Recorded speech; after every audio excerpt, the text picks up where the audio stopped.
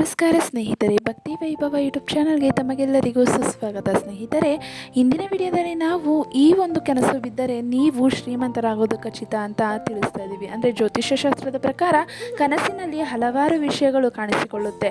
ಅಂಥದ್ರಲ್ಲಿ ಕೆಲವೊಂದು ವಿಷಯಗಳಿಗೆ, ಕೆಲವೊಂದು ವಸ್ತುಗಳಿಗೆ ಪ್ರಾಮುಖ್ಯತೆ ತುಂಬಾ ಹೆಚ್ಚು ಅಂತಲೇ ಹೇಳ್ಬೋದು. ಈ ಒಂದು ಕನಸು ನಿಮ್ಮ ಕನಸಿನಲ್ಲಿ ಈ ಒಂದು ವಸ್ತುಗಳು ನಿಮ್ಮ ಕನಸಿನಲ್ಲಿ ಕಾಣಿಸಿಕೊಂಡಿದ್ದೇ ಆಗಿದ್ದಲ್ಲಿ ನಿಮ್ಮ ಜೀವನದಲ್ಲಿ ಶ್ರೀಮಂತರಾಗೋದು ಖಚಿತ.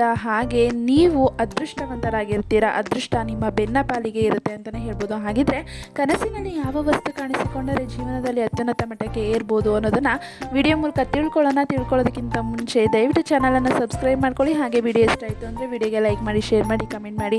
ಸ್ನೇಹಿತರೆ, ಕಮೆಂಟ್ ಬಾಕ್ಸ್ನಲ್ಲಿ ಓಂ ಶ್ರೀ ಮಹಾಲಕ್ಷ್ಮಿ ನಮಃ ಎಂದು ಕಮೆಂಟ್ ಮಾಡಿ. ಸ್ನೇಹಿತರೆ, ಸ್ವಪ್ನಶಾಸ್ತ್ರದ ಪ್ರಕಾರ ಈ ಒಂದು 10 ವಸ್ತುಗಳಲ್ಲಿ ಯಾವುದಾದರೂ ಒಂದು ಕನಸಿನಲ್ಲಿ ಗೋಚರಿಸಿದರೆ ನೀವು ಶ್ರೀಮಂತರಾಗುತ್ತೀರಿ ಎಂದರ್ಥವಂತೆ. ಇಂತಹ ಕನಸುಗಳು ನಿಮಗೆ ಧನಾಗಮನದ, ಲಕ್ಷ್ಮೀ ದೇವಿಯ ಆಗಮನದ ಮತ್ತು ಸಂಪತ್ತಿನ ಆಗಮನದ ಸೂಚನೆಯಾಗಿದೆ ಅಂತಲೇ ಹೇಳ್ಬೋದು. ಯಾವ ವಸ್ತುಗಳು ಕನಸಿನಲ್ಲಿ ಕಾಣಿಸಿಕೊಂಡರೆ ಶ್ರೀಮಂತರಾಗುವವರು ಅಂತ ಈ ವಿಡಿಯೋ ಮೂಲಕ ತಿಳ್ಕೊಳ್ಳೋಣ. ನಾವು ನಿದ್ರೆಯಲ್ಲಿ ಕಾಣುವ ಕನಸುಗಳಲ್ಲಿ ಪ್ರತಿ ಕನಸು ಕೂಡ ಒಳ್ಳೆಯ ಅಥವಾ ಕೆಟ್ಟ ಫಲಿತಾಂಶಗಳನ್ನು ಹೊಂದಿರುವುದು ಅನಿವಾರ್ಯವಲ್ಲ. ಹೆಚ್ಚಿನ ಕನಸುಗಳಿಗೆ ಮಾನಸಿಕ ಕಾರಣವೂ ಇರುತ್ತದೆ. ಸ್ವಪ್ನಶಾಸ್ತ್ರದ ಪ್ರಕಾರ ಈ 10 ವಸ್ತುಗಳಲ್ಲಿ ಯಾವುದಾದರೂ ಒಂದು ಕನಸಿನಲ್ಲಿ ಗೋಚರಿಸಿದರೆ ನೀವು ಶ್ರೀಮಂತರಾಗುತ್ತೀರಿ ಅಂತ ಹೇಳ್ಬೋದು. ಈ ವಸ್ತುಗಳು ನಿಮ್ಮ ಕನಸಿನಲ್ಲಿ ನೀವು ಶೀಘ್ರದಲ್ಲೇ ಶ್ರೀಮಂತರಾಗ್ತೀರಿ ಅಂತಲೇ ತಿಳಿಸ್ಕೊಡುತ್ತೆ. ಮೊದಲನೇದಾಗಿ ಚಿನ್ನ ಬಂದು ನಿಮ್ಮ ಕನಸಿನಲ್ಲಿ, ಅಂದರೆ ನೀವು ಚಿನ್ನವನ್ನು ನೀಡಿದರೆ ಅಥವಾ ಚಿನ್ನವನ್ನು ನೋಡಿದ್ರೆ ಅದು ಸಂಪತ್ತಿನ ಪ್ರಾಪ್ತಿ ಮತ್ತು ನಿಮ್ಮ ಮನೆಗೆ ಲಕ್ಷ್ಮೀ ದೇವಿಯು ಆಗಮಿಸುತ್ತಾಳೆ ಎನ್ನುವುದನ್ನು ಸೂಚಿಸುತ್ತದೆ. ಅಂದರೆ ಇದನ್ನು ನೀವು ಶ್ರೀಮಂತರಾಗುವ ಸಂಕೇತವೆಂದು ಪರಿಗಣಿಸಲಾಗುತ್ತದೆ. ಹೌದು ಸ್ನೇಹಿತರೆ, ನೀವೇನಾದರೂ ಚಿನ್ನವನ್ನು ಕನಸಿನಲ್ಲಿ ಕಂಡಿದ್ದೇ ಆಗಿದ್ದಲ್ಲಿ ನೀವು ಜೀವನದಲ್ಲಿ ಅತ್ಯುನ್ನತ ಮಟ್ಟಕ್ಕೆ ಹೋಗ್ತಾ ಇದ್ದೀರಾ. ಲಕ್ಷ್ಮೀ ದೇವಿಯು ನಿಮ್ಮ ಭಕ್ತಿಗೆ ಮೆಚ್ಚಿದ್ದಾರೆ, ನಿಮ್ಮ ಕೃಪೆಗೆ ಪಾತ್ರರಾಗ್ತಾರೆ ಅಂತಲೇ ಹೇಳ್ಬೋದು. ಹಾಗೆ ಲಕ್ಷ್ಮೀ ದೇವಿಯು ಧನಾಗಮನವನ್ನು ಸೂಚಿಸುವ ಒಂದು ಕನಸಿನಲ್ಲಿ ಅಂದರೆ ಚಿನ್ನ ಕಾಣಿಸಿಕೊಳ್ಳೋದು ಅಂತಲೇ ಹೇಳ್ಬೋದು.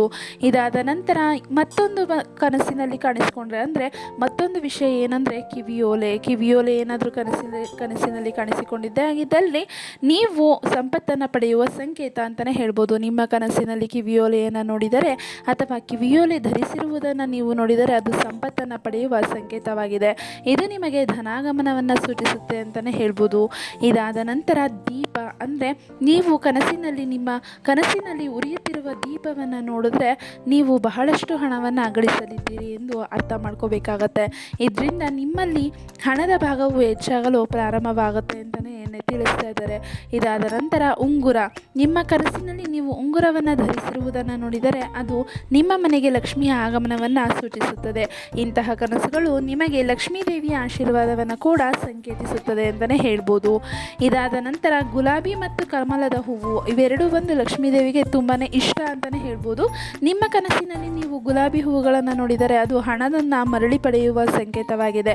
ಕಮಲದ ಹೂವನ್ನು ನೋಡುವುದು ಎಂದರೆ ನೀವು ಸಂಪತ್ತನ್ನು ಪಡೆಯುತ್ತೀರಿ ಮತ್ತು ಜೀವನದಲ್ಲಿ ಸಾಕಷ್ಟು ಹಣವು ಶೀಘ್ರದಲ್ಲೇ ನಿಮ್ಮತ್ತ ಬರುತ್ತೆ ಅಂತಲೇ ಹೇಳ್ಬೋದು. ಇದಾದ ನಂತರ ಕನಸಿನಲ್ಲಿ ಮುಂಗುಸಿ ಕಾಣಿಸಿಕೊಳ್ಳೋದು, ಅಂದರೆ ನಾವು ಕನಸಿನಲ್ಲಿ ಮುಂಗುಸಿಯನ್ನು ನೋಡಿದರೆ ನೀವು ಶೀಘ್ರದಲ್ಲೇ ಶ್ರೀಮಂತರಾಗುತ್ತೀರಿ ಎಂಬುದನ್ನು ಅರ್ಥ ಮಾಡ್ಕೋಬೇಕಾಗತ್ತೆ. ಶ್ರೀಮಂತರಾಗುವ ಲಕ್ಷಣವನ್ನು ನಾವು ಈ ಕನಸಿನ ಮೂಲಕ ಕಂಡುಕೊಳ್ಳಬಹುದು ಅಂತಲೇ ಹೇಳ್ತಾ ಇದ್ದಾರೆ. ಇದಾದ ನಂತರ ಹಾಲು, ನಿಮ್ಮ ಕನಸಿನಲ್ಲಿ ಹಾಲು ಅಥವಾ ಹಾಲು ಕುಡಿಯುವುದನ್ನು ನೀವು ನೋಡಿದ್ರೆ ನಿಮಗೆ ಶೀಘ್ರದಲ್ಲೇ ಹಣ ಸಿಗಲಿದೆ. ಇದರಿಂದ ನಿಮ್ಮ ಹಣದ ಹೂಡಿಕೆಯಲ್ಲಿ ಹೆಚ್ಚಳವಾಗುತ್ತೆ ಅಂತಲೇ ಹೇಳ್ಬೋದು. ಹಾಗೆ ಕನಸಿನಲ್ಲಿ ಹಾವು ಕೂಡ ಕಾಣಿಸ್ಕೊಂಡ್ರೆ, ಅಂದರೆ ನಿಮ್ಮ ಕನಸಿನಲ್ಲಿ ಬಿಲ ಹೊಂದಿರುವ ಹಾವನ್ನು ನೀವು ನೋಡಿದರೆ ಈ ಕನಸು ಹಠಾತ್ ಹಣವನ್ನು ಪಡೆಯುವುದನ್ನು ಸೂಚಿಸುತ್ತದೆ. ಹಾವಿಗೆ ಸಂಬಂಧಿಸಿದ ಎಲ್ಲ ರೀತಿಯ ಕನಸುಗಳು ಕೂಡ ದೋಷವನ್ನು ಸೂಚಿಸುತ್ತದೆ ಎಂದರ್ಥ ಅಲ್ಲ. ಕೆಲವು ಕನಸುಗಳು ಶುಭ ಸೂಚನೆಯನ್ನು ಕೂಡ ತೋರಿಸುತ್ತೆ ಅಂತಲೇ ಹೇಳ್ಬೋದು. ಇದಾದ ನಂತರ ಮರ, ಅಂದರೆ ಹಸಿರು ಮರಗಳು ಅಥವಾ ಗಿಡಗಳು, ನಿಮ್ಮ ಕನಸಿನಲ್ಲಿ ನೀವು ಮರದ ಮೇಲೆ ಹತ್ತುತ್ತಿರುವುದನ್ನು ನೋಡಿದ್ರೆ ನೀವು ಎಲ್ಲಿಂದಲಾದರೂ ಹಠಾತ್ ಹಣವನ್ನು ಪಡೆಯಬಹುದು ಎಂದರ್ಥ. ಇದು ನಿಮಗೆ ದೊರೆಯುವ ಹಠಾತ್ ಹಣದ ಲಾಭದ ಒಂದು ಬಗ್ಗೆ ಮುನ್ಸೂಚನೆಯನ್ನು ನೀಡುತ್ತೆ ಅಂತಲೇ ಹೇಳ್ಬೋದು. ಹಾಗೆ ದೇವರು ಮತ್ತು ದೇವತೆಗಳು, ನಿಮ್ಮ ಕನಸಿನಲ್ಲಿ ನೀವು ಯಾವುದೇ ದೇವರು ಅಥವಾ ದೇವತೆಯನ್ನು ನೋಡಿದರೆ ಸಾಕ್ಷಾತ್ ತಾಯಿ ಲಕ್ಷ್ಮಿಯೇ ನಿಮ್ಮ ಮನೆಗೆ ಬರಲಿದ್ದಾಳೆ ಎಂಬುದನ್ನು ಅರ್ಥ ಮಾಡ್ಕೋಬೇಕಾಗತ್ತೆ. ಮತ್ತು ನೀವು ಯಶಸ್ಸಿನ ಜೊತೆಗೆ ಸಂಪತ್ತನ್ನು ಪಡೆಯುತ್ತೀರಿ ಇದ್ದೀರಿ ಎಂಬುದು ಇದರ ಅರ್ಥವಾಗಿದೆ ಅಂತಲೇ ಹೇಳ್ಬೋದು. ಸ್ನೇಹಿತರೆ, ಈ ಒಂದು 10 ವಿಷಯಗಳಲ್ಲಿ ನಿಮಗೆ ಕೆಲವೊಂದು ವಿಷಯಗಳು ಕನಸಿನಲ್ಲಿ ಬಂದೇ ಬರುತ್ತೆ. ಅದು ಒಂದು ಶುಭ ಫಲಿತಾಂಶಗಳನ್ನು ನೀಡುತ್ತೆ ಅಂತಲೇ ಹೇಳ್ಬೋದು. ನೀವು ಕೂಡ ಕನಸಿನಲ್ಲಿ ಈ ಒಂದು 10 ರೀತಿಯ ಕನಸುಗಳಲ್ಲಿ ಯಾವುದಾದ್ರೂ ಒಂದು ಬಿದ್ದಿದ್ರೂ ನಿಮ್ಮ ಮನೆಗೆ ಲಕ್ಷ್ಮಿಯ ಧನಾಗಮನವಾಗುತ್ತೆ. ಲಕ್ಷ್ಮಿಯು ನಿಮ್ಮ ಪ್ರೀತಿಗೆ ಪಾತ್ರರಾಗ್ತಾರೆ ಅಂತಲೇ ಹೇಳ್ಬೋದು. ಸ್ನೇಹಿತರೆ, ಈ ಒಂದು ಮಾಹಿತಿ ನಿಮಗೆ ಇಷ್ಟ ಆಗಿದೆ ಅಂತ ಅನ್ಕೊತೀನಿ. ಇಷ್ಟ ಆಗಿದ್ರೆ ವಿಡಿಯೋಗೆ ಲೈಕ್ ಮಾಡಿ, ಶೇರ್ ಮಾಡಿ, ಕಮೆಂಟ್ ಮಾಡಿ. ಕಮೆಂಟ್ ಬಾಕ್ಸ್ನಲ್ಲಿ ಓಂ ಶ್ರೀ ಮಹಾಲಕ್ಷ್ಮಿ ನಮಃ ಎಂದು ಕಮೆಂಟ್ ಮಾಡಿ. ಹಾಗೆ ದಯವಿಟ್ಟು ಚಾನಲನ್ನು ಸಬ್ಸ್ಕ್ರೈಬ್ ಮಾಡ್ಕೊಳ್ಳಿ. ವಿಡಿಯೋ ಇಷ್ಟ ಆಗಿದೆ ಅಂತ ತಿಳ್ಕೊತೀನಿ. ವಿಡಿಯೋ ವೀಕ್ಷಿಸಿದ್ದಕ್ಕಾಗಿ ಧನ್ಯವಾದಗಳು.